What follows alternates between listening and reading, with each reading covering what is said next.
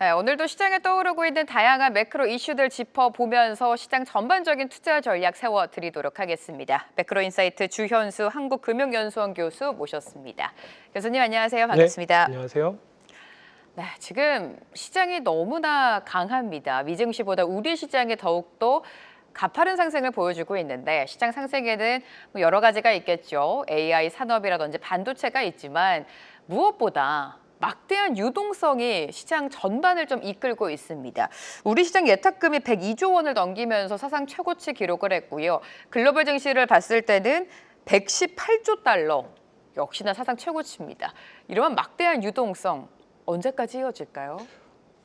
좀 뭐 말씀드리기 어렵습니다만은 상당히 높은 수준까지 와 있는 거는 거의 틀림없는 사실 같습니다. 지금 우리가 118조 달러를 이야기를 하고 있는데 이 자료는 대략적으로 지금 추정된 자료이고 기본적으로 M2 베이스, 즉 통화량 베이스하고 그다음에 그 각국의 중앙은행들이 가지고 있는 자산들을 합산한 수치다라고 보시면은 거의 틀림이 없을 것 같고요. 이런 점에서 봤을 때 이 수치가 어떤 식으로 움직여 왔는가를 생각을 해보면은 예를 들어서 미국 연준이라든가 ECB라든가 일본 같은 경우에 지속적으로 계속해서 그 금리 인하를 통해 가지고 자금 공급을 계속 진행을 해 왔었죠.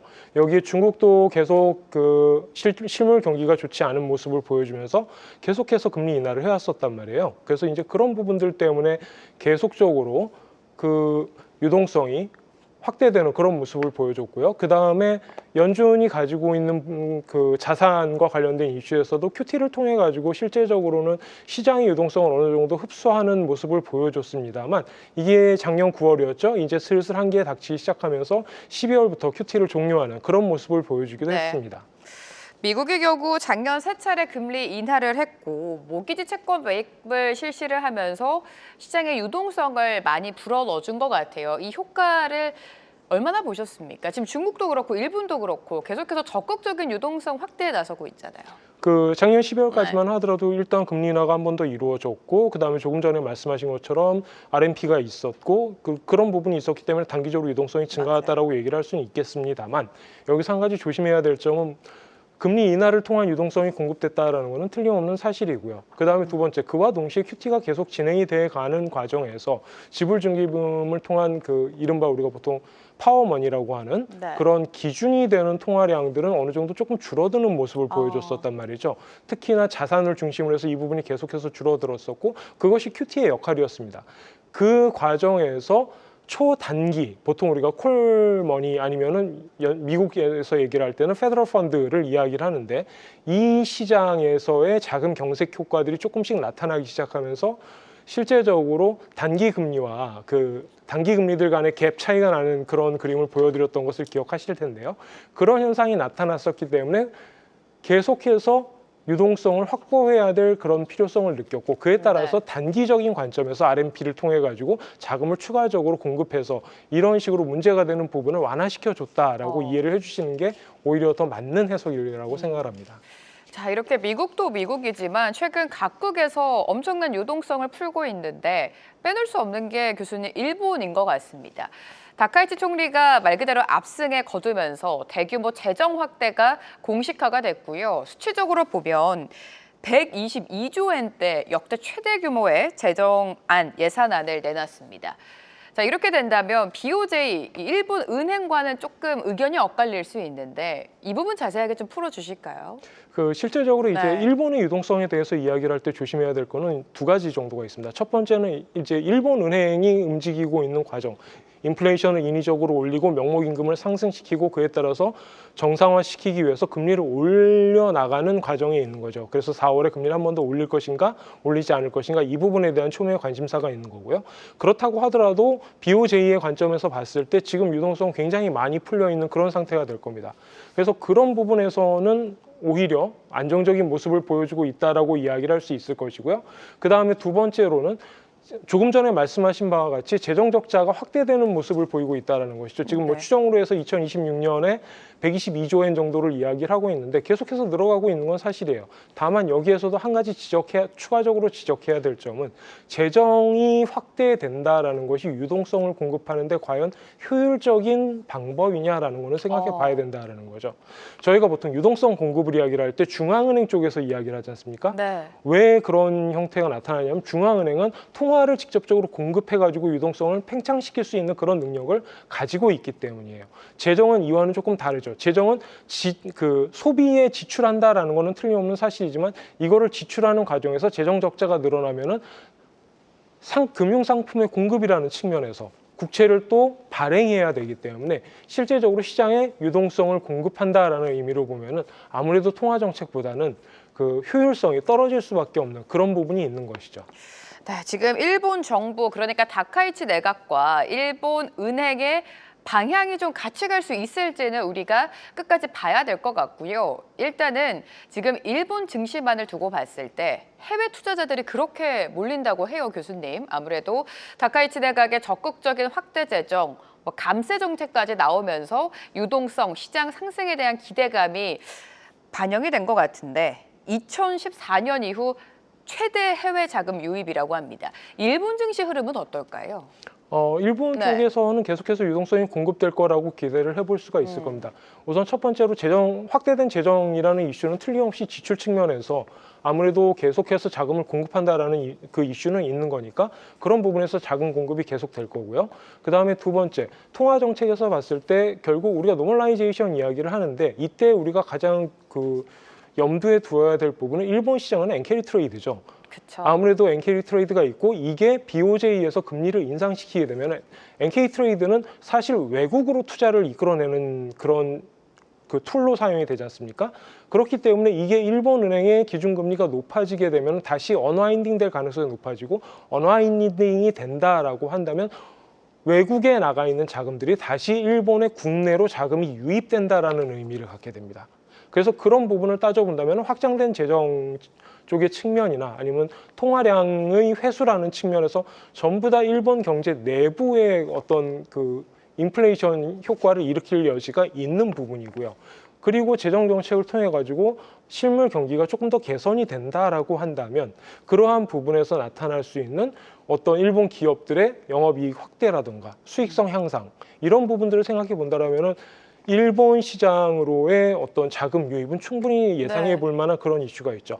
마지막으로 한 가지만 더 말씀드려 보면은 엔화에 대한 이슈도 얘기를 해봐야 될 겁니다. 지금 현재 이제 슬슬 이야기가 나오고 있는데 미국에서 달러화를 어느 정도로 가치를 가져갈 것이냐에 대한 논의가 살살 흘러나오고 있죠. 그러면서 이제 달러화 약세냐 강세냐 이거에 대해서 혼란스러운 모습을 보이고 있는데 이전의 정책에서 제시한 바와 같이 달러화가 약세 쪽으로 간다면 일본 엔화는 다시 한번 강세로 갈 수밖에 없는 그런 구조를 가지고 있고 만약에 그런 강세를 예상해 볼 수 있다면 글로벌 포트폴리오를 운용하는 입장에서는 일본의 포트폴리오를 확대하는 게 가능성이 높다라고 볼 수가 있는 거죠.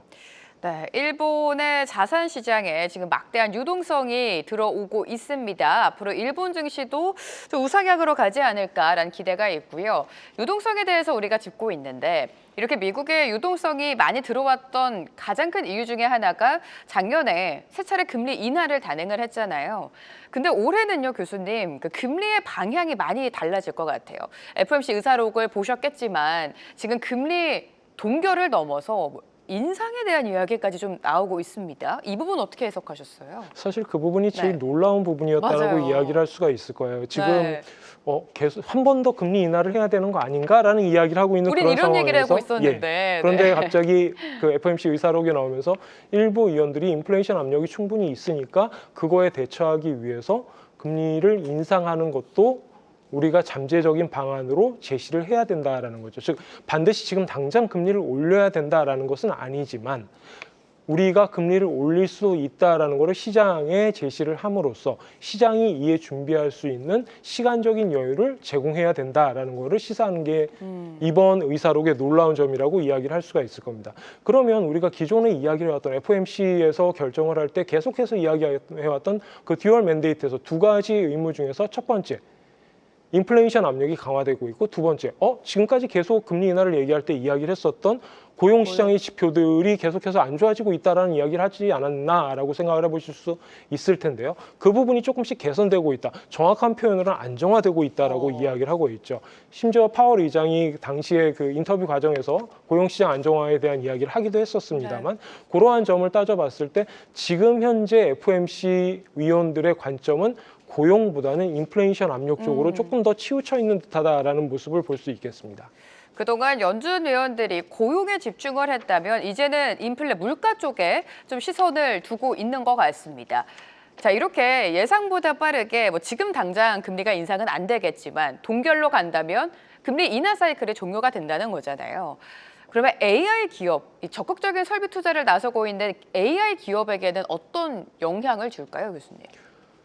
장기적으로 이제 금리라는 것이 결국은 그 조달 금리에 영향을 미칠 수밖에 없는 부분이고, 최근의 모습을 봤을 때 이 AI 관련 기업들의 투자 규모가 워낙 크기도 하고, 실제적으로 이 자금을 빌리는 데 있어서 대출이라던가 아니면 채권 발행이라던가 이런 식의 자금 조달 방식을 사용을 하고 있는데요. 그런 부분에서 만약에 금리 인하를 예상하다가 금리가 인하되지 않을 거다라는 그런 스탠스, 내지는 아까 이야기한 것처럼 매파 같은 경우에는 금리 인상을 염두에 둬야 된다라고 생각을 한다면, 실제적으로 AI 기업들 입장에서는 추가적인 비용이 더 들어갈 수밖에 없는 그런 상황이 되겠죠.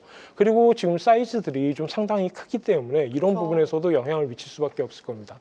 당장 오늘 아침에 발표된 내용 중에 하나가 엔비디아하고 오픈 AI가 그 투자 규모를 결정하는 데 있어서 1,000억 불, 300억 불, 이제 이런 식으로 숫자가 좀 이상하게 나온단 말이죠. 그 규모가 너무 크다라는 점에서 일단 우리가 좀 고민을 해봐야 될 점이 있는 거고요. 그다음에 두 번째로는 지금 AI 기업들에 대한 대출이 충분히 많이 나가 있다라는 게 금융 기관에서 가지고 있는 딜레마라고 볼 수가 있는 거죠. 그래서 이 금융기관들이 대출을 먼저 일으켰거나 채권을 보유하고 있으면 그거를 익스포저를 갖게 되는데, 이러한 익스포저를 줄이기 위해서 다른 그 금융기관에게 CDS를 통해서 넘긴다거나 이러한 작업들을 계속 진행하고 있습니다. 대표적으로 JP모건이 이런 작업을 적극적으로 수행하고 있는 것으로 알려져 있죠. 그래서 그 결과 어떤 식으로 문제가 나타나느냐 하면은, 우리가 보통 이미 좀 오래된 이야기입니다만 한국 같은 경우에 경제 상황이 안 좋아지거나 그러면은 CDS 프리미엄이 올라간다라고 이야기를 했었죠. 그러한 식으로 그 AI 관련 기업들의 채권에 대한 CDS 프리미엄이 올라가고 있다는 것이죠. 대표적으로 지금 많이 언급되고 있는 게 오라클 같은 케이스가 될 텐데요. 오라클의 5년 만기 CDS를 보시면 지금 프리미엄이 약 154bp 정도 됩니다.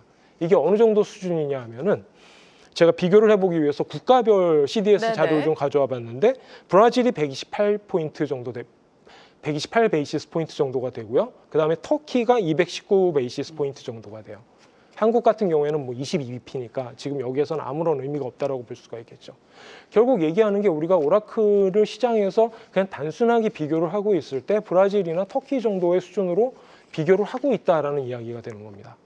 물론 개별 기업의 CDS는 그렇게 자주 거래가 되지 않기 때문에 조금 차별화될 수는 있겠습니다만, 그런 식으로 지금 시장에서 바라보는 AI의 과투자에 대한 그런 부분은 조금 고민을 해볼 필요가 있다라는 점이죠. AI 버블론, 그러니까 그래서 수익을 어디서 낼 건데, 이런 우려는 시장에 지속적으로 떠오를 것 같습니다. 자, 간밤 미증시는 이란과의 지정학적 리스크가 있었지만 저는 이 부분이 더 불안 요소였던 것 같아요. 바로 미국의 사모펀드 이야기인데, 블루아울이 운영하고 있는 펀드 중 하나의 환매를 영구적으로 중단하겠다, 이렇게 밝힌 상황입니다. 사실 사모대출 시장을 둔 여러 우려 섞인 시각들이 많았는데, 이러한 결정을 우리가 어떻게 받아들이면 좋을까요, 교수님? 네, 일단 블루아울 같은 경우에는 사실 이번이 처음 있었던 일은 아니고요. 이제 블루아울 같은 경우에는 각 분기 말에 그 환매를 이제 해주는 그런 구조를 갖고 있습니다. 보통 일반적인 구조다라고 이야기를 하는데요. 이 구조에서 작년 9월에 환매를 했는데, 이게 대략적으로 전체 운용자산의 6% 정도의 환매 요청이 들어왔었습니다.